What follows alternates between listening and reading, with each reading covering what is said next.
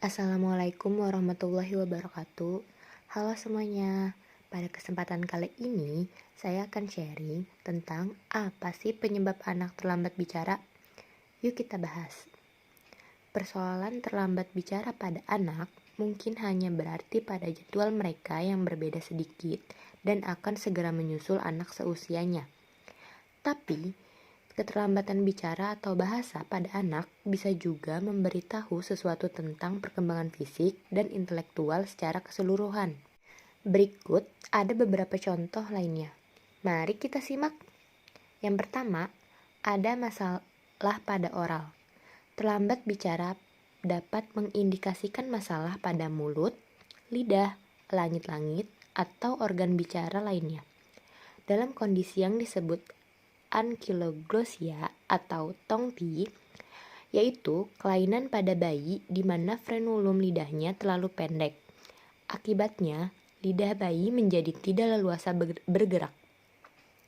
Kondisi ini dapat mempersulit pembuatan suara tertentu, terutama pada konsonan D, L, R, S, T, dan Z. Ankyloglossia juga bisa membuat bayi sulit menyusu. Yang kedua, gangguan bicara dan bahasa anak berusia 3 tahun dapat memahami dan berkomunikasi secara nonverbal, tetapi tidak dapat mengucapkan banyak kata, mungkin mengalami speech delay. Sedangkan anak yang dapat mengucapkan beberapa kata tetapi tidak dapat memasukkannya ke dalam frase yang dapat dimengerti mungkin mengalami speech language. Beberapa gangguan bicara dan bahasa melibatkan fungsi otak dan mungkin merupakan indikasi ketidakmampuan belajar. Salah satu penyebab keterlambatan bicara, bahasa, dan perkembangan lainnya adalah kelainan prematur. Childhood apraxia of speech adalah kelainan fisik yang dapat membuat anak sulit membentuk suara dalam urutan kata yang benar untuk membentuk kata. Itu tidak mempengaruhi komunikasi nonverbal atau pemahaman bahasa. Yang ketiga ada kehilangan pendengaran.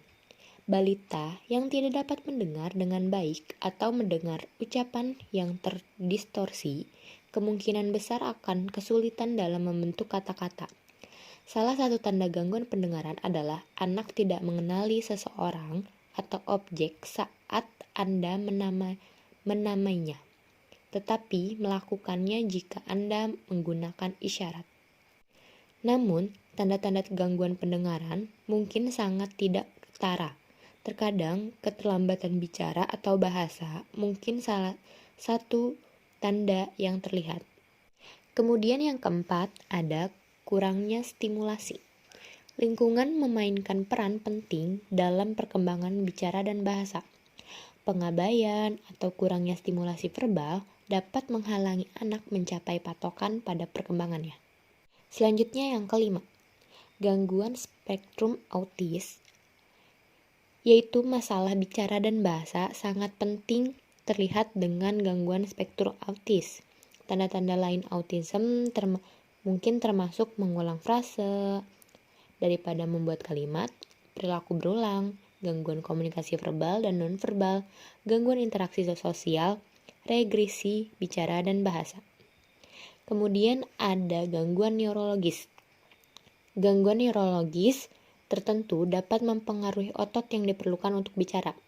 Ini termasuk cerebral palsy, distrosi otot, cedera otak traumatis.